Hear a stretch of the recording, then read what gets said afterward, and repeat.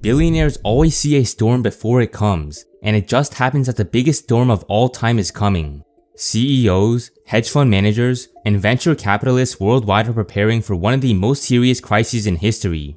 Many actually think that we're already in a recession, but the world just hasn't realized it yet. This video will unravel the strategies that are being used by billionaires to hedge themselves against the upcoming downturn and how you can as well. Most people assume that timing the market is impossible, and that's true for the most part. Timing the market is extremely difficult, but you don't need to know the exact timing to prepare. Billionaires frequently implement strategies that hedge themselves against incoming crises. By hedging their wealth, they will succeed in any situation. In the scenario of a crisis happening, those who hedge their wealth will be the only ones with their heads above the water. Take Elon Musk's strategy as an example of this. Elon believes that we are already in a recession that could last from 12 to 18 months, but he isn't trying to time the market with his stock holdings. Instead of being 100% certain that a crisis is coming, he looks at the future as a probability. Economic landscapes are fluid, and you should never be binary as to whether a crash will occur or not. Rather than going all in on his economic prediction that could be wrong, he is simply just hedging for the worst outcome. How do you assess our current economic situation? Well, predicting macroeconomics is always difficult, and one should assign probabilities to these things. But ironically, I did last year. People asked me what I think about the economy. I said, well, I think we might enter a recession in approximately spring of 2022. Called it. Nailed it. Yeah. Actions speak louder than words, and Elon's actions are no different. He recently decided to lay off 10% of salaried Tesla employees in preparation for a macroeconomic disaster. The reason why Elon is laying off employees is for capital preservation.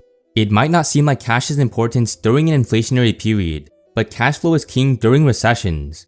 This not only applies to businesses, but also retail investors like yourself.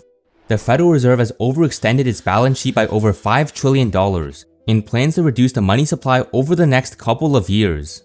This means that the Fed doesn't have the leeway to hand out free money like before. If the economy crashes in the coming months, money will become scarcer even if inflation remains elevated. Elon already experienced the scarcity of money during the dot-com bubble, and he highly advises businesses to get their hands on cash while they can. Make sure you're not running things too close to the edge from a capital standpoint, that you've got some capital reserves to last through irrational times. Because in the past, when there's been a recession, it has gone. It's amazing. It's flipped like a light switch. I mean, David, do you remember this from the PayPal, ex-PayPal days, when we raised $100 million in March of 2000, and we had the demand was so high, we had people like VCs like just literally without even a term sheet wiring money into our account. We'll send the term sheet later. they literally would like sleuth out our bank account number and wire money in. And we're like, where'd this come from? And it's like, so it was like there was literally fire hosing money in March of 2000. And then in April 2000, the market went into free fall, and it went from raising money was trivial to even good companies could not raise money in a month. So it's just important to bear in mind like that, PayPal almost went bankrupt in 2000. We came close. But thankfully we'd raised that $100 million in March 2000, without which we would be in game over, basically. While Elon is one of the leading innovators, he's not the only one laying off employees. Peloton fired 20% of its workforce, Carvana cut 12% of its total staff, which totals to 2,500 employees, and Coinbase paused the hiring of new employees, withdrew existing job offers, and laid off 18% of its workforce. All of these layoffs have one similarity: macroeconomic concerns. Coinbase cited current market conditions as one of the primary reasons for its layoffs. An article written by the Chief People Officer of Coinbase, LJ Brock, explained how adapting quickly and acting now will help us to successfully navigate this macro environment and emerge even stronger, enabling further healthy growth and innovation. We talked about how businesses need cash flow to survive, but this also applies to people like yourself. Think about your monetary inflows and outflows like a business. You have income flowing in and expenses flowing out. By subtracting your expenses from your income, you can calculate your operating cash flow. Now take that operating cash flow and subtract your taxes to get your net cash flow. Although your cash flow might be positive right now, it could easily disappear in the coming months. That's why we have to focus on capital preservation. There are a vast array of methods to hedge your portfolio against market downturns, many of which I've covered on this channel. One of the most well-known methods is to simply short the market. Carl Icahn manages over $21 billion as an activist investor, and lately he has been shorting the market. Icahn is known for being a corporate raider. This means that he frequently takes over companies and sells them for a profit by stripping the companies of their assets. Even though many dislike Icahn, he is certainly one of the greatest investors of all time. He averaged an annual return of over 26% from 1968 to 2014, which is considerably higher than Warren Buffett's returns. Icahn went on CNBC earlier in 2022 to describe why he believes there could be a recession or depression coming soon. Icahn uses a volatile strategy, which means that he has to hedge his portfolio against considerable downturns. Carl Icahn has been purchasing credit default swaps on mortgages of corporate offices and shopping malls. Purchasing credit default swaps is equivalent to shorting on steroids. By purchasing credit default swaps on corporate offices and shopping mall mortgages, Icahn is essentially shorting physical stores. This acts as a hedge against his long positions. Remember that hedging doesn't mean that you're timing the market. It simply means that you're protecting your portfolio for the worst outcome. Well, we have a very large position on shorting the malls through the CMBX through a derivative. And that whole market is a huge market. I think it's got a lot of the market itself, I think, is manipulated to some extent. And you're going to be hearing from us on that in that area. But that is an area that I think has problems, and certainly in the B and C malls and in other real estate. I mean, you can't ignore the fact that, and I don't know if this is a change that will continue, but you don't have people going to offices all the time anymore, obviously. And I think that is going to militate against the real estate area, perhaps. Icahn is shorting an industry that is outdated and in the process of being disrupted by innovation. Another billionaire fund manager named Leon Cooperman is implementing a similar strategy. Cooperman averaged an annual return of 12.4% from 1991 to 2018, which was over 3% more than the S&P's average return.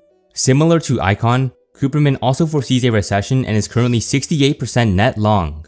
This essentially means that 68% of its portfolio is long on stocks, and the remaining 32% is shorting the market. Although a lot of billionaires are hedging through short positions, many of you are likely not comfortable with the risk of shorting stocks.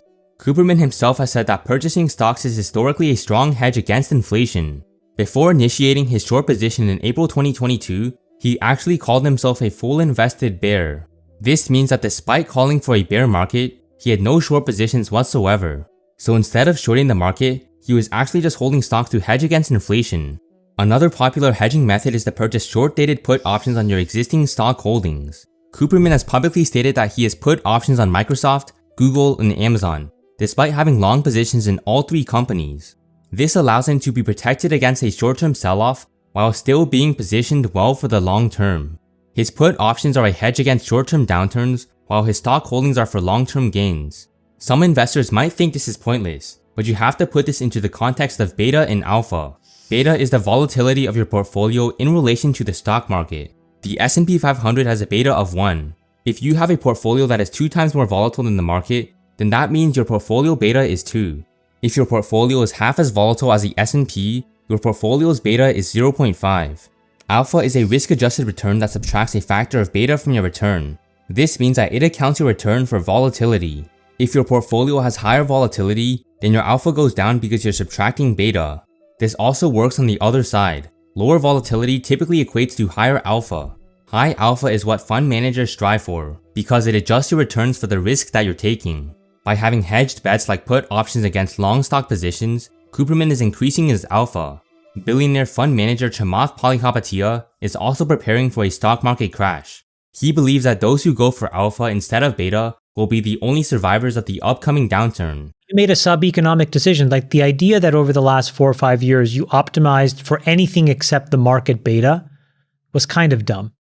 And the worst thing that you could have done in that period was confuse alpha and beta, meaning alpha is what you are able to do because of your discrete skill versus anybody else. Beta is when just the market goes up. Said differently, you could take any NBA player and put them on a high school basketball team, and they would be the, college player of the year. Any single one. Okay? That's beta. Yeah. If you then can be the MVP of the NBA, that's alpha. Yeah. Okay? And I think that a lot of folks were made to feel very silly or, a downer or a wet blanket in these last few years, who will probably have the last laugh. Another fund manager named Jeffrey Gundlach recently launched a fund that aims to tackle the current and future economic issues. Gundlach manages over $140 billion through his mutual funds that have consistently beaten their respective indices. Gundlach's newest fund is called the Double Line Shiller CAPE ETF. The CAPE ratio stands for the cyclically adjusted P/E ratio. This ratio essentially adjusts the P/E ratio for cyclical fluctuations in earnings. Gundlach is using the CAPE ETF to find the most undervalued sectors in the market. The reason why Gundlach chose the CAPE ratio is because it divides the price of a stock by the company's 10-year average of inflation-adjusted earnings. This allows them to ignore short-term earnings fluctuations and effectively pick out the long-term winners.